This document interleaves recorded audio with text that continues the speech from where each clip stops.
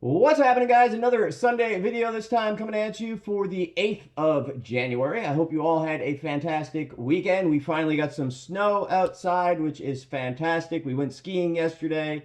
The kids did extremely well. My daughter is still absolutely crushing it. We went down the Black Diamond, which is basically the toughest hill that was at this particular resort. It's not a big resort yet, but that's next after a few more lessons, and she absolutely crushed it. And then Aiden absolutely has a need for speed. But again, he's just in between my legs. At some point, we're going to have to get one of those harness type things and get him rolling too. So um, that's awesome. I'm glad they absolutely love to do it and want to go again and are asking to go again. So last week I said that I wasn't going to spend too much time on New Year's resolutions. I'm sure that everybody was going to be doing that, but that I had a blog post coming. I did share that with you guys. There is a lot there. I took a lot of time with it, and I just kind of wanted to go over my 2023 and sort of that pivot year and the changes that I personally needed to make. Otherwise, I'm going to be 40, 45, 50, and I'm going to be looking back, with a lot of regret, a lot of missed opportunities, a lot of things that I could have done that I didn't, just because I never took the change or never took the time to make change, to break habits, to build new ones. And so I'm just putting it out there. And maybe somebody's in the same position as I am and needed to read it, or maybe others are younger and just want to make sure that they are going to checking the right boxes on the way. And for a lot of you, especially the ones that are low 20s, mid 20s, or even low 30s, it may not make sense to you at all. But it will. It will at some point. And at some point, you're either going to have to, make the decision and be good with it and continue to navigate towards the goals that you prioritize, or you don't and you keep on failing. And I failed for a very long time, many, many, many years. And there's a lot of goals there, but they're all achievable. And I think a lot of people put such lofty, unattainable goals that you kind of just give up, right? And I think one of the main things that you need to do, especially when you make these goals, is make sure that they are attainable. It's fine to have some lofty type goals, but if you put everything that is just so far, fetched, you're going to start to lose your momentum and not even go for it. So no point in making all those goals if you're not even gonna get there. But check it out. I went through a lot of the stuff that's going on at IU. We've talked about technology for quite some time. We just dropped two new scanners last week, and those are fantastic as well. It's one of the styles that I really sort of adopted, unrelated to small caps, is joining the right side of the move. And so Max came out with a bullish and a bearish kind of trend scanner, and it's just kind of looking for a trend, a steady trend. And sometimes you might hear me say a buyer in the tape or a seller in the tape, and I'm just looking for some sort of almost like a TWAP seller, like a time weighted seller, where it's just constant pressure, or constant buy pressure. And these two scans pick that up in a fantastic way. So one of those things, non-small cap related, was sort of joining these things and looking for trends that are steadily fading or steadily going in one direction and just joining them. And a lot of times you'll see they just kind of go all day. So a really great job by Max again, and hopefully we continue to bump out a few more. Like I said, we've got some good filing stuff. And one of the best things is these are all in beta, right? So everybody that is part of IU is going to get them. And as long as you're part of IU before we officially launch them, it's going to always be part of your membership. So that's one way of kind of giving back to everybody that's part of the room. You're going to get these things for life, and for the life of your subscription. So we love feedback. We love how you guys use them. Obviously the lounge has had some fantastic conversation over the last couple months, last couple years, but one of the best things that comes out of it is, how people use these particular scanners and, what they're looking for and what they like. For example, somebody asked me last week, how do you sort the trend scanner to put, the right ones on your watch list?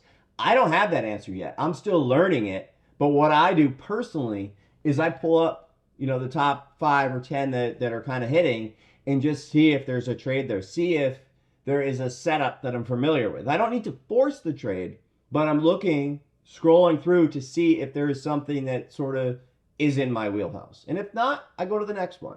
And if there's nothing, avoid. If there's something, I'll go for it. Before I forget, we'll get right into the giveaways. I didn't mention to do it last week, so the people that did show up, that didn't have to be asked to do so, Icon Meals winner, as long as you are in the U.S., reach out. Mr. A. Rivera, 101. You've got the Icon Meals, which obviously, as you guys know, the food that I eat, keep it consistent. And, each and every single day, you're trading many times. Maybe my old self when I was on the desk a lot more. But, you go through and it's, 2 p.m., 4 p.m., you realize you haven't eaten, lunch. This obviously saves with that, keeps you energized throughout the day and keeps your energy levels higher, considering the fact that, if you go through, I guess that's intermittent fasting, but, for those of you guys that don't do that, obviously it's a very big value add for me. Free IU t-shirt, Keith Summers 9948, and t-shirt Bruce Haddad 8251. So you guys just email me, webmaster@investorsunderground.com, and we'll get you sorted. So like I said, Trade to Live blog post, check it out. And, if you guys would like, I'd love to hear what your goals are for 2024 in the comments section. Make sure they're attainable. Like I said, sometimes you just put these ridiculous ideas out there and, you just get kind of demotivated right away as soon as you realize you're not going to get there. But there is definitely some value to having some very high level goals. But for the most part, the vast majority of them should be attainable if you build the right habit. So I want to go over a couple things before we get right into the scan for the week ahead. One I went over on Twitter, and I had just put it out there, but one of the biggest edges is just looking left. So typically what I look for is where did something have a problem the prior day? And in this case, on QS had an issue with 950s. You can see that clear as day. You had the first push up towards late day over at 2, or actually no, that was around noon, about noon or 12:30, right into 950s, rejects, consolidates around 950s, has a little bit of a squeeze through it, then kind of mean reverts back down to where it was, right at that 950 level. Next morning, Friday, week open, fades, comes back up, retest right at that 950 level, rejects, comes back, retests one more time, rejects, lower high, and that was it. Failed follow through momentum. That is one of the top styles of setups that not only do I use for this, Mara, you saw it when we went over, and I think that was 2980 that we talked about, as well as sort of the morning high day clear out on small cap momentum. So something that is a very high probability trade, and it allows me to go ahead and start in reactively, and if I'm right, I can scale in from there. Then you also had AIMD. AIMD, you can kind of see this sub VWAP trap that we always talk about. And what I've said multiple times is just be very, very cautious of this, especially when you've got this nice little failed follow through sort of setup, and you can kind of see that there's this support level and it breaks down. But what do you need to be watching for? After it goes back down under VWAP, comes back, and it starts to confirm, and you can see that it comes back and retests that same level. So you can kind of see where we got that level, right? We got the level because this is the point of congestion. This is the consolidation spot here for support. Comes back, supports again, comes back, and then now this support becomes resistance and it fades off, right? Goes back under, and by the way, Aiden's outside screaming, but you can see that it goes back under VWAP and puts in a double bottom. Comes back up to that key level, retest, and then it squeezes back out. So this is one of those kind of situations that you want to be aware of because you don't want to be this guy, right? You don't want to be the one that's all scared and nervous covering into that high day breakout. What are the signs? What do you need to be aware of? And just by plotting that line, it doesn't mean it has to go to the penny, but it's a visual reminder not to get bent once that trend starts to shift. And sometimes it rips right through, comes right back down. But this time it rips right back through, comes back and absorbs right at that support line. So that is that first moment of pause. Now, we've got this other spot right over here where we've got this high day, comes back, and then the higher day reject and failed follow through momentum from there. And that is when I start to get involved. You can see this is at basically coming into 8 a.m. So a lot of times I focus on 7 a.m., I focus on 8 a.m., or I just wait until market open. Now, this is not a crazy sized trade for me. Again, I'm not going aggressive on small caps. I'm looking to take the best trade and let it work. And, you know, sometimes if I oversize, when there is a situation where it kind of swipes back up over here, or if you size up too much over here, this could, you know, kind of scare you out. But really the key is as long as it's staying heavy and it's not building higher lows after 10 to 11 a.m., then I'm going to let it work. But it just depends on how much, you know, did they squeeze out the early shorts? And, you know, if everybody's on the same page and it works flawlessly, just like ABVC, then I want to be super, super cautious. And ABVC was an example of basically that clear out where, you know, it's fading, fading, fading, very easy move. Everybody kind of came to the same, you know, understanding that this news is complete BS. It's an independent study, independent valuation, et cetera, et cetera. So when everybody is rewarded for doing the same thing and it flushes and it does not stay heavy, again, using the same sort of thought process of this kind of base, if it's not peaking out and it's actually building higher lows, then at some point we're going to need to squeeze out all of the traders that are on the same side of the move. You could be absolutely dead right, and you know what? They were dead right, right? It continued to fade off the next couple days. However, if you're oversized and you weren't anticipating that second move, you're going to end up getting squeezed out right into this move despite being right all along. So it's always about being aware of this, you know, situational changes, and being aware of factors that could maybe test, you know, whether or not you really truly believe your thesis, or if, you know, they can kind of make you second guess, squeeze you out, and then revert right back to where it came from. So again, anytime that something is super, super easy, I want to make sure that rebounds stay extremely heavy. If it starts to thin up, I want to be hands off. And then we also had that BNZI, and very similar kind of situation where you've got that sub VWAP trap right over here, and you can see you've got that consolidation. You've got a couple candles. You can zoom in here. You've got this flush candle, and it basically goes under that level, absorbs, consolidates right over here, and then starts to build. You want to be hands off in that situation, and you want to let it go ahead and squeeze out into the open.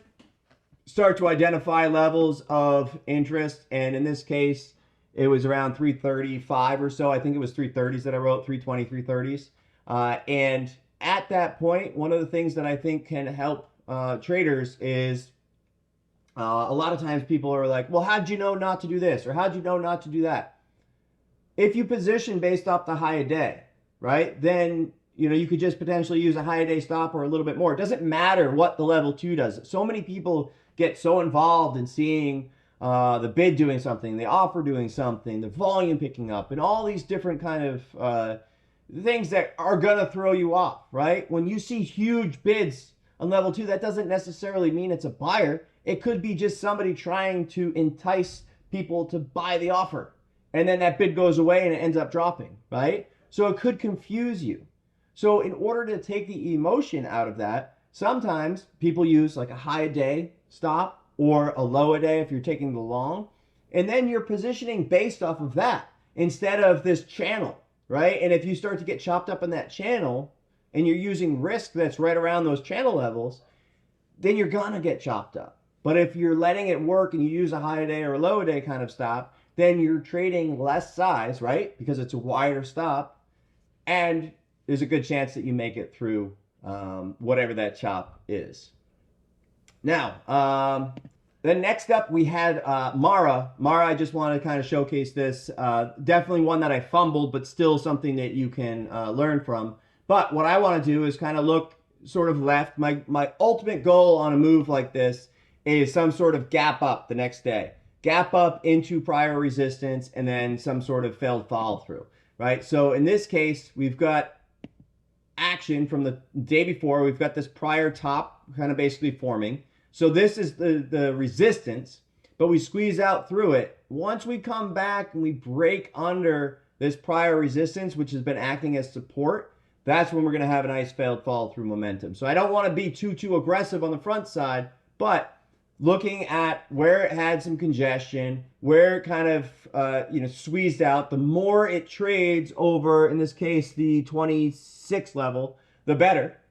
Once it comes back down, still no trade, let it push back up towards those 26 levels, failed follow through, breaks under the prior resistance, which became support, back to resistance, and then it fails to follow through. Once again, just put some lines on your chart to remind you of these things. It will help, I promise. As always, I am not a financial advisor. These are not buy or sell recommendations, and this is for educational and informational purposes only. So, JPM, again, as I've said in prior weeks, I'm not coming here to try to make a call or try to say it's going to break down, whatever. Who knows? We have earnings this week. What does that mean? Banks started off, and then they're going to start to, pick it up into this quarter. And we're going to start to have a lot of gap ups, gap downs. We'll see. But there's going to be a lot of opportunity in the larger cap names. So JPM is definitely on watch, given the fact that it's literally gone straight up. BAC as well, C as well. But mainly this JPM is just marching higher and higher and higher. So, if we have a big gap down, there's a good chance it could come back up. If we have a big gap up, good chance that it could just kind of revert right back to where it was. So, I don't know which way it's going to go, but I want to be prepared. I'm going to keep an eye on that so that if and when JPM comes, we'll have trades all across. Right? So this is more of a sector or a theme type of opportunity, and I would get prepared with other banks, and it doesn't have to be these three. You can do Wells Fargo, you can do all these different names that you could potentially trade off of it. There's going to be trades into it. There's going to be scattered bank earnings reports, right? So one might report first and some react, and then the other ones could, offer some more comments in their conference calls, which could move the other ones as well. So point being, it's going to be a volatile week. Now we've got Mara every single day. I will keep this on watch, just like PLTR, right? PLTR we watched quite a bit when it had a lot of the volume and a lot of the big action. Unfortunately, this thing's been fading off real nice, and I haven't been trading it. But same thing, Mara, as it has this ridiculous range and big opportunity, I will trade it until things start to settle down, and then I'll probably be a little bit more hands-off. Peloton, same deal. We've got some great opportunities, especially Friday. The thought process here that we went over on the broadcast pre-market was basically this prior line. You can see all the way back, go over to, what's that, September. Then we've got December highs, and we finally blow through it. We've got the volume associated with it, but there is a good chance that once it clears out that level, the daily pressure is far too much and it likely reverts back under that support. That was the trade thesis that we went over Friday pre-market, and that's exactly what happened. So, there's a good chance that we might consolidate around this level just because it's clearly a daily key level. But pay attention and don't force it off the open. But 9:45, 10 a.m. plus, I'm looking to join the trend. It could just be a one-day wonder. Just remember that. None of this stuff has to continue to go. Sometimes just if there's one side on, people are leaning one side too much. Sometimes you have this sort of outlier move like QS.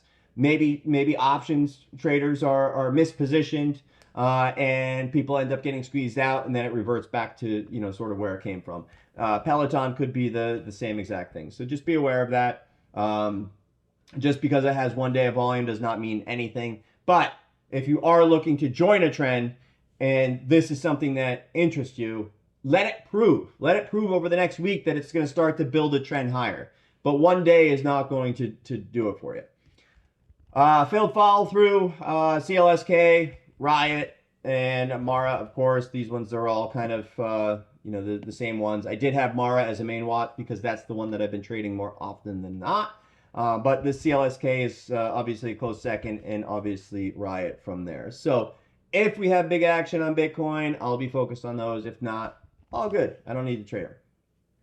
AIMD, higher the better. In this case, typically I kind of look for where the support was and where it was having trouble late day. And you can kind of see that this support became this resistance, right? And same thing over here. You can see the consolidation. So what I'd want to see is basically a 290 to a 320, 330 push. That would be ideal. Morning shove into that range and then start to fade off back towards, the low twos would be ideal. MTC should look familiar to everyone. We literally are having the same setup. So you've got 3 days here. You've got a day of 9 million shares, which is a little bit different. Over here, we had quite a bit more, but same sort of thought process, right? So we had 20 million shares this day, consolidates, and then blows off. And then this next day was likely a buy-in day. So they ramped it up. They let shorts win, and then they just turned on the jets and went into, circuit halts and craziness. So do I think that's going to happen again? Not necessarily, but sometimes people never think that the same thing can happen again, and then it does. They start to position like, it's not going to do it again. Then it does. So I want to be aware of that. But the most important reminder, don't step in front of this stuff. Okay? These are the ones that go a little bit crazier than you are expecting if and when they do break out. It's unlikely. Most of the time they fail, but when they don't, look what happens, right? And we already saw that on the daily. It goes nuts. Most of the time, it's failed. But every now and then they trap traders. And we are in a good enough market where there's probably a lot of shorts trapped. And one thing that I've noticed that I explained on SIDU, these thinner ones, you've got this move. So now shorts are trapped. Then the next day they gap it up. New shorts come in. They're winning. And then they just reverse it, right? So not only do you have the T+2 shorts, right, that might be getting bought in because it's a liquidity trap, but now you also are compounding that squeeze with the shorts that you kind of let win that morning, meaning it gapped up and it faded off. How many of those sellers were actually just shorts? And so we saw that, and just to kind of tie that knot for you, we saw that on SIDU. And if you look back over here, you can kind of see that morning move right here. Easy fade, right? Nice move, nice quick clear out move. You can see the candle sits back, fades off. Everything's fine, right? And then what happens? We open up, we end up in a circuit halt, right? How fast did that change, right? So you're looking at this, everything's good. You just crushed it. Made a couple bucks per share pre-market, fading, zero reason to cover. Zero, right? Probably a little bit of a buy-in. People are choosing whether they're going to get bought in at the open or VWAP throughout the day. And then all of a sudden, everything's good, everything's good. Oh, it's getting a little hairy, getting a little hairy. Circuit, and it opens up, and then that's that, right? And so they never let shorts out from there. So point being is they got all those shorts pre-market plus the swing shorts. And what that does is it provides longevity to this particular move. And you can see the wicks that we talk about as well on this daily. So, you know, this actually reminds me a lot of POL. And obviously last week we talked about POL, which was right here. And I was thinking that it was going to have one more big blow-off day and then probably fail, right? So we basically had that exact same thing. It triggered over this this day's high, squeezed everybody out on lower volume. After that blowout, you know, it was done. And so if you look at SIDU, you're kind of in the same situation. So again, not something I would necessarily get long, but there is a good chance that this squeezes out on low volume, blows everybody out, and then we start to pick up the pieces and have a nice, you know, unwind, just like pole. But recognize these things when they're setting up. Should have died. You know, shorts are swinging it. There's a reason to swing it. It's fading. It's fading. Oh, it's holding. Oh, it's holding. And just be aware that day in the event that they do that trap that I just went over. And just to kind of show you one more time. See, it's going to take a while. I know there's a shortcut. Somebody told me one time, but I forgot it.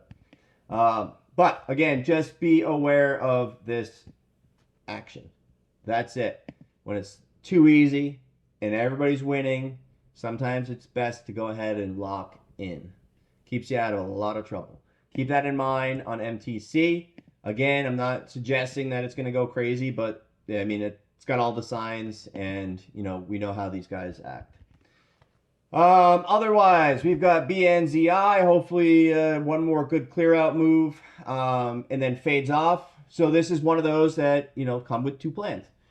It's either going to set up as a liquidity trap and blow out and bust over the 335, 340 level, or it's going to peak out and it's going to have trouble at 280s and it's going to unwind back to 52-week lows. One of those two things, one's going to be a squeezer, one's going to be a blow off move and unwind. Prepared for both, should be a great trade, but if it holds better than it should and it's not breaking down, don't fight it, because these are the types of trades that they've been kind of trapping shorts, creating liquidity, squeezing out, and then moving on.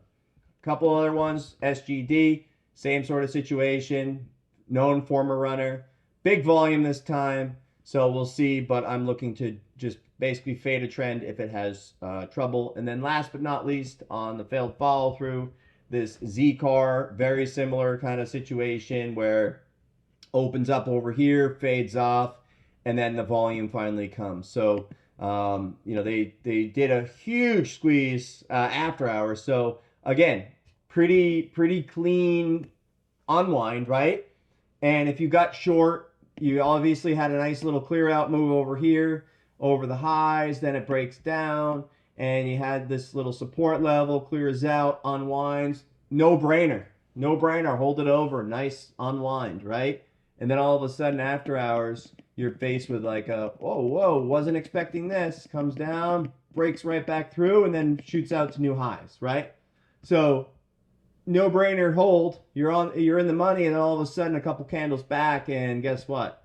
You weren't expecting that. So, either way, right now, I would expect shorts to be in a little bit of a pickle and maybe nervous come Monday. Could be a 4 a.m. ripper, but after open, I'd probably be interested in this. But once again, you can see this is sort of the trend lately on these types of names. And then last but not least, in the continuation section, obviously SWVL, for those of you guys that have been watching Scan, this was on Scan all week, so it was a nice one. It tripled. Like I had mentioned, you know, you never want to step in front of stuff, especially with this kind of volume. This was the first day of the volume, kind of resets the chart in my mind. Regardless of the move 1 to 3, you know, now if you wanted to sell, you sold. Now they're kind of basing it. This easily could go 4, 5, 6, go into circuits. So just be aware of that. It has a history of this kind of stuff. And, this is exactly, the liquidation trades that we're familiar with, right? So this was a nice one in the past. But again, if you guys are trading this, you should know the risk involved that I've gone over, just like DOGZ. Same thing. We're very familiar with this name. This is a liquidation type of pass, and nice unwinder on Friday. But again, it's the volume. It's just sometimes it's just not worth it. And you've got this LEXH runner up. It's been running up lately on the daily, so just be aware of that. I think this one's going to be a walk up and potential liquidation one day. SASI liquidity trap. You can see the wicks that we talk about, so something to keep an eye on. And then RWLK, nice breakout move. I'd be watching dips versus that 110 level. So that's about it. I always have watches as well, just to kind of stay familiar. Stuff like SSNT and JG is obviously a walk-up move, a Chinese walk-up move, eventual liquidation type trade. You've got YQ. This is another one of those walk-ups, which is a recent reverse split. So there's a lot of opportunity out there, but it's just about really, bringing it down to what you're best at. And, yesterday or, Friday, I just focused on really two main moves. I got on the right side of those moves and let them work. And then I had a couple other small trades here and there, but again, I'm trying to not trade my time for anything less than, a solid setup. So, as always, leave a comment, your key takeaway. And like I said, if you want to leave, something that you're going to be working on in 2024, as whether it's a resolution or a goal, feel free to. And all those count. I will pick winners for next week as well.